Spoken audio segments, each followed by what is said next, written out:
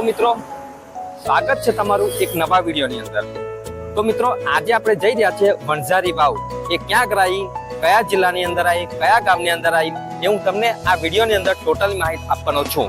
તો બન્યા રહેજો વિડીયોની અંદર છેલ્લે સુધી। તમે ચેનલ પર નવા હોય તો લાઈક કરો, શેર કરો, સબસ્ક્રાઇબ કરો, જેથી તમને આવા અવનવા વિડીયો જોવાના મળે। તો ચાલો મિત્રો હવે આપણે આગળનો સફર ચાલુ કરીએ।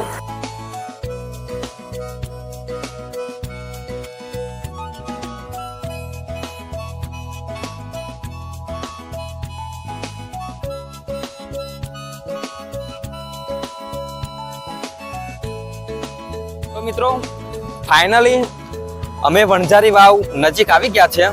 અહીંયા મેન હાઈવે થી તે 8 કિલોમીટર થાય।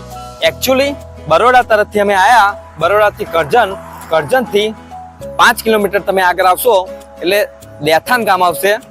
દેથાન થી તમે થોડા આગળ આવશો તો તમને આ રીતની નહેર જોવાની મળશે। આ નહેર થી તે આ બાજુ આપણે વરવાનું છે। તો ચાલો આપણે જઈએ અને જોઈએ।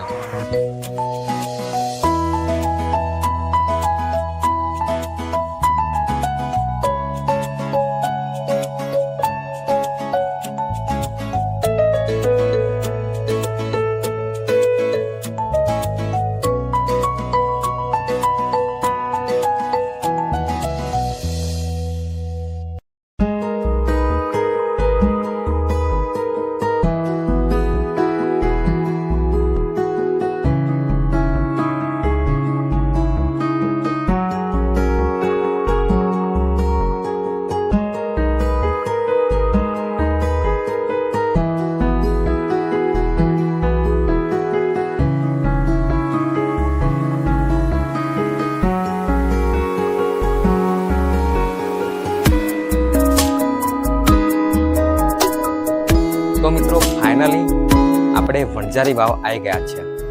જે તમે આ જે જોઈ રહ્યા છો એ વણઝારી વાવ છે।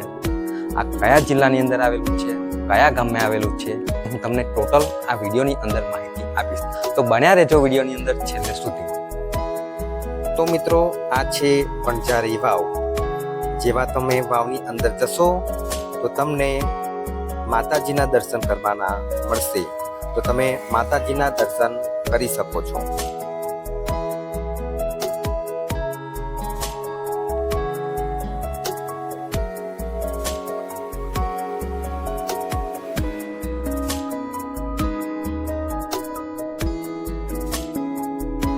તો મિત્રો કહેવામાં આવે છે આ વાવનું નિર્માણ વણઝારા જાતિના લોકોએ કર્યું હતું। મિત્રો એમ પણ કહેવામાં આવે છે આ વાવ 1000 વર્ષ જૂની છે અને આ વાવ એક રાતમાં ખોદેલી છે એમ પણ કહેવામાં આવે છે।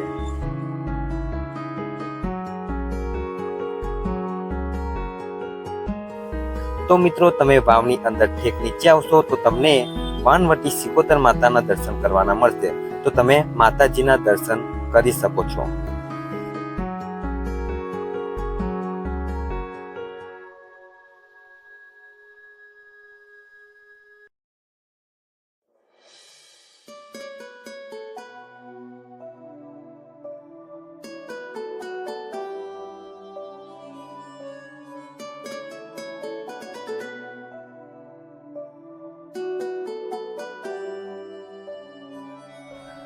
મિત્રો કહેવામાં આવે છે આથી 1000 વર્ષ પહેલા વણઝારા લોકોની આ જગ્યા પરથી પરણીને જાન જતી હતી।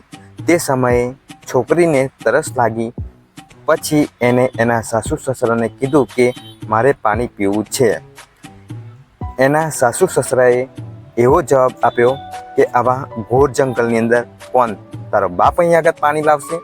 પછી છોકરીએ હઠ લીધી કે જ્યાં સુધી મને પાણી નહીં મળે ત્યાં સુધી હું અહીંથી આગળ વધવું નહીં। પછી છોકરીના સાસુ સસરાએ છોકરીના બાપાને જાણ કરી કે તમારી છોકરીએ હઠ લીધી છે પાણી પીવાની। પછી એના બાપાએ આવીને આ વાવ ખોદાવી। આ વાવનું પાણી પીને છોકરીએ આ જગ્યા ઉપર સમાધિ લઈ લીધી। એ મિત્રો તમે જોઈ રહ્યા છો। તો મિત્રો આ જગ્યાની વાત કરીએ, આ વાવ ક્યાં આગળ આવેલી છે? તો આ વાવ ઉરદ ગામમાં આવેલી છે, જે તાલુકો કરજણ પડે છે અને જિલ્લો વડોદરા। જો તમારે આવવું હોય અહીંયા તો તમારું પ્રાઇવેટ સાધન તમે લઈને આવી શકો છો. બાકી તમને અહીંયા કોઈ લોકલ યા ખાનગી સાધન તમને મળે નહીં. એટલા માટે તમે તમારું પોતાનું પ્રાઇવેટ સાધન લઈને આવી શકો છો. મિત્રો, તમે કરજણ તરફથી આવશો તો કરજણથી 14 કે 15 કિલોમીટર થશે. અને જો તમે હાઈવેથી અંદર આવશો તો દેથાન ગામથી માત્ર 8 કિલોમીટર થશે. તો દોસ્તો, તમને વિડીયો ગમ્યો હોય તો લાઈક કરો, શેર કરો, ચેનલ પર નવા હોય તો સબસ્ક્રાઈબ કરવાનું ભૂલતા નહીં, જેથી તમને આવા અવનવા વિડીયો જોવાના મળે. તો હવે મળીશું આપણે એક બીજા વિડીયોની અંદર. ત્યાં સુધી જય માતાજી.